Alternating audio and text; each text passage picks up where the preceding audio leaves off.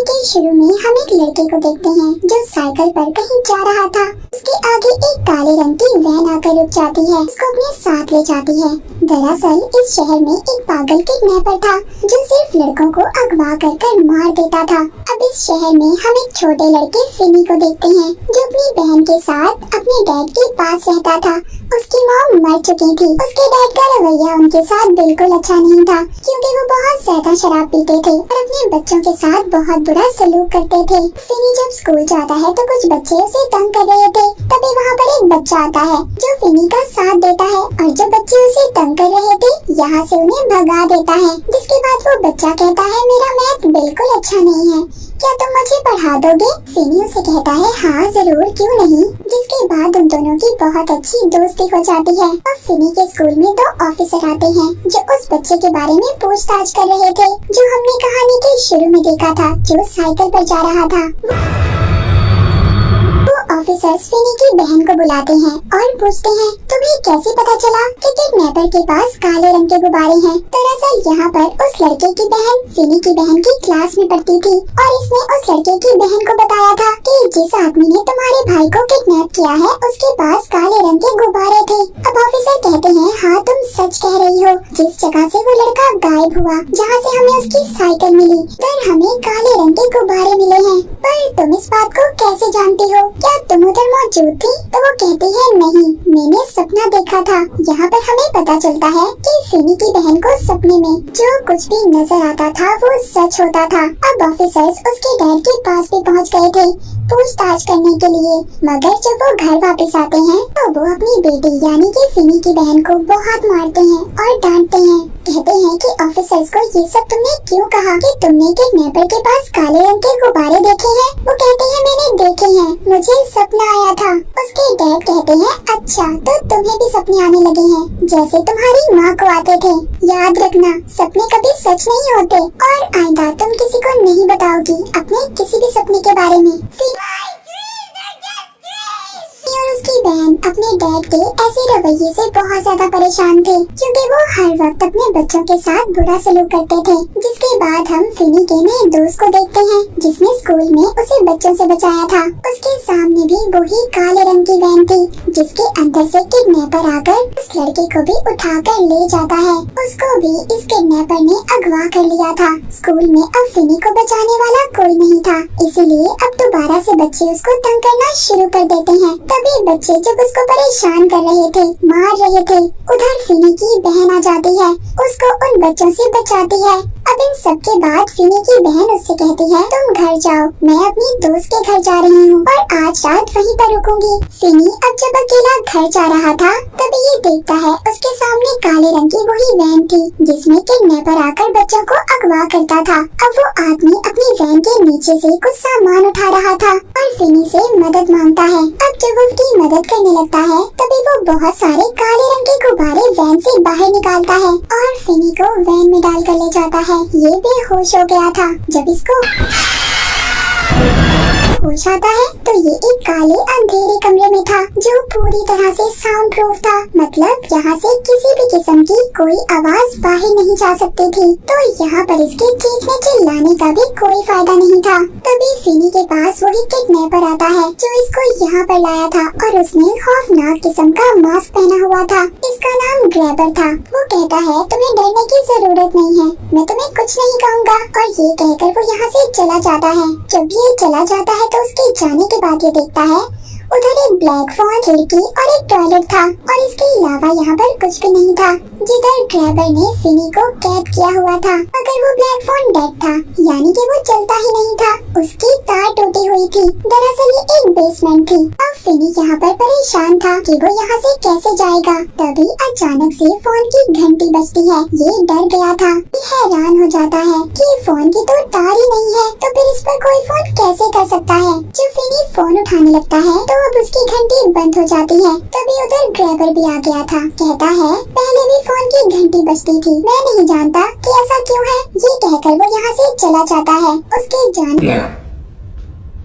के बाद दोबारा से फोन बजता है। इस बार उस फोन पर फिनी से कोई बात कर रहा था। ये वही लड़का था जिसको हमने कहानी के शुरू में देखा था, जो साइकिल पर जा रहा था। मगर ये उसकी आत्मा थी जो उससे बात कर रही थी। वो उससे कहता है, उधर एक जमीन पर टाइल है, तुम उसको निकाल कर वो जगह खोदो, तुम आराम से उस जगह से एक सुरंग बनाकर जा सकते हो। अब फिनी उसकी बात मान लेता है, उधर से खोदना शुरू करता है। वो बहुत सारी मिट्टी निकालता है और उसको कमोड में डालकर पानी डाल देता है ताकि इस बारे में ग्रैबर को कुछ पता न चले। उसी रात फिनी की बहन को भी सपना आता है जिसमें वो ग्रैबर और अपने भाई को देखती है। दूसरी तरफ अब ग्रैबर फिनी के लिए खाना लेकर आया था, मगर वो दरवाजा खुला छोड़ जाता है। तभी फिनी उधर से जाने वाला था, मगर दोबारा फोन की आवाज उसे जाने से रोक लेती है। फिनी जब फोन उठाता है तो अब दूसरा लड़का बोलता है, ये भी इसके स्कूल में ही पढ़ता था, मगर अब वो फिनी के बारे में कुछ नहीं जानते थे। ऐसा ही पहले लड़के ने भी कहा था, जिसने कहा था कि तुम्हें सुरंग बनानी चाहिए। अब तभी यहाँ पर हम बच्चों की आत्माओं को देखते हैं। ये सब वही बच्चे थे जिनको ग्रैबर ने किडनैप कर मार दिया था और ये सब मिलकर फिनी की मदद करना चाहते थे। इसीलिए इन बच्चों की आत्माएं फोन के जरिए इससे बात कर रही थी। यहाँ पर अब जिस बच्चे का फोन था कि आत्मा इससे कहती है, तुम ऊपर मत जाना। ग्रैबर जानबूझकर दरवाजा खोल कर गया है ताकि तुम ऊपर जाओ और ये तुम्हें मार दे। मैंने यहाँ पर एक रस्सी को छुपाया था, तुम उसकी मदद से खिड़की तक पहुँचकर अपने लिए मदद बुला सकते हो। अब फिनी को वो रस्सी मिल जाती है पर वो खिड़की तक नहीं पहुँच पाता। उधर दूसरी तरफ फिनी की बहन अपने डैड को अपने सपने के बारे में बताती है। कहती है, मैंने उस किडनैपर को देखा है, उसने खौफनाक सा मास्क पहना हुआ था। मैं उस जगह को भी जानती हूँ जिधर उसने फिनी को रखा है। अब उसके डैड को भी अपने बेटे की फिक्र थी, इसीलिए वो भी अपनी बेटी के साथ फिनी को ढूंढने के लिए मान जाते हैं। वहीं पर हम दो ऑफिसर्स को देखते हैं जो बच्चों के अगवा के केस में पूछताछ कर रहे थे। वो एक आदमी के घर आते हैं। ये आदमी अपने भाई के साथ रहता था। ये इस आदमी के पास इसलिए आए थे क्योंकि इस पर इन्हें शक था, मगर वो आदमी कहता है, मुझे शक है वो किडनैपर यहीं पर रहता होगा जो बच्चों को अगवा कर गायब कर देता है, जिनके बारे में किसी को कुछ पता नहीं चलता। ऑफिसर्स खैर इसकी बातें सुनकर यहाँ से चले जाते हैं, मगर हैरान करने वाली बात ये थी, इसी घर की बेसमेंट में फिनी को कैद किया गया था, मगर ये आदमी इस बारे में कुछ नहीं जानता था। इस आदमी का जो भाई था वो दरअसल वही किडनैपर था जो बच्चों को अगवा करता था, जिसका नाम ग्रैबर था।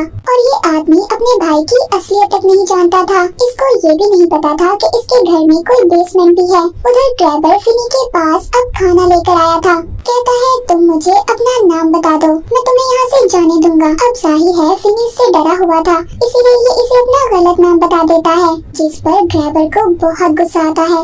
वो खाना फेंक देता है और इसके सामने एक अखबार फेंकता है जिसमें इसके अगवा होने की खबर थी और फिनी का नाम भी लिखा हुआ था। अब इसको बहुत ज्यादा गुस्सा आ जाता है, तो गुस्से में ये यहाँ से चला जाता है। तभी फिनी को एक बच्चे की आत्मा नजर आती है और फोन भी दोबारा से बजता है। जब ये फोन उठाता है तो उस बच्चे की आत्मा इससे फोन के जरिए बात करती है। कहती है, ग्रैबर ने तुम्हें अभी तक इसलिए नहीं मारा क्योंकि तुमने उसके साथ कोई गेम नहीं खेली। अब यहाँ से भागने का तुम्हारे पास सही वक्त है। इस वक्त वो सो रहा होगा। जो इस दरवाजे का पासवर्ड है मेरी साइकिल का नंबर है जो मैंने दीवार पर लिखा है। अब आहिस्ता आहिस्ता फिनी दरवाजे की तरफ जाता है और उसे खोल लेता है, मगर तभी ग्रैबर भी जाग गया था और जो उसका डॉग था वो भी भौंकने लगता है। लेकिन ग्रैबर इतना चालाक, उसने उसे फिर से पकड़ लिया था। दोबारा से बेचारा फिनी ग्रैबर की कैद में था, जिसे दोबारा से बंद कर देता है। जिसके बाद फिनी को दोबारा से फोन आता है। बच्चे की आत्मा इसको बताती है, अगर एक दिन के अंदर अंदर तुम यहाँ से नहीं निकले तो ग्रैबर तुम्हें मार देगा। तुम्हारे पास सिर्फ एक ही रास्ता है, तुम दीवार को तोड़ो जिसके पीछे बहुत बड़ा फ्रिज है, इसके जरिए तुम आराम से यहाँ से बाहर जा सकते हो। अब वो ऐसा ही करता है, दीवार को तोड़कर फ्रिज में चला जाता है और बेचारा यहाँ पर भी फंस गया था। फ्रिज बाहर से लॉक था। अब फिनी सारी हिम्मत खो चुका था। उसको ऐसा लग रहा था कि ग्रैबर अब उसको मार देगा जैसे उसने बाकी लोगों को मारा। तभी दोबारा फोन बजता है। अब इस बार फोन पर उस बच्चे की आत्मा उससे बात कर रही थी जो स्कूल में फिनी को दूसरे बच्चों से बचाया करता था। वो कहता है, जो इसका फोन का रिसीवर है तुम इसके अंदर मिट्टी भर दो और फिर तुम इसको एक हथियार के तौर पर इस्तेमाल कर सकते हो। उधर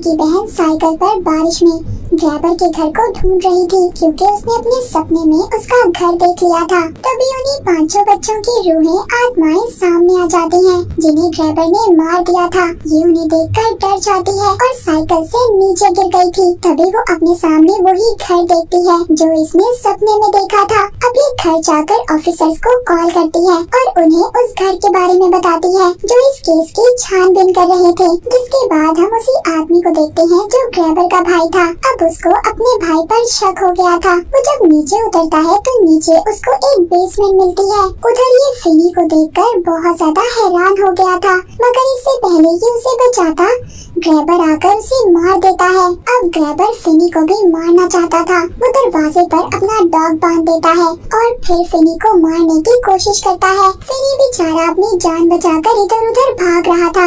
अब जब ये फिनी के करीब आता है तभी ये एक गड्ढे में गिर जाता है जो फिनी ने बनाया था इसे फंसाने के लिए। अब वो उसी ब्लैक फोन की तार से ग्रैबर का गला घोटकर उसे मार देता है, मगर अभी भी ये बाहर नहीं जा सकता था क्योंकि दरवाजे पर ग्रैबर का डॉग था। उधर ही बाहर इसकी बहन ऑफिसर्स को लेकर आती है। अब जब ऑफिसर्स को फिनी की बहन ने जिस घर के बारे में बताया था वो जब जाकर देखते हैं तो उधर बहुत सारे बच्चों की लाशें मिलती हैं जिन सबको ग्रैबर ने मारा था। उधर फिनी एक गोश्त का टुकड़ा लेकर डॉग के सामने फेंकता है जिससे वो रास्ता छोड़ देता है, और क्योंकि उस दरवाजे का पासवर्ड उसको पता था वो खोलकर बाहर आ गया था। जिधर वो पुलिस की बहुत सारी गाड़ियां देखता है। यहाँ पर हमें पता चलता है कि ग्रैबर के 2 घर थे।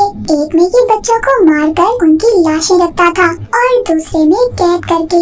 ये दोनों घर आमने सामने थे, इसीलिए तो ऑफिसर्स को फिनी मिला नहीं था। अब क्योंकि सच्चाई सबके सामने आ चुकी थी, फिनी के डैड भी अपने बच्चों से माफी मांगते हैं कि अब वो कुछ गलत नहीं करेंगे।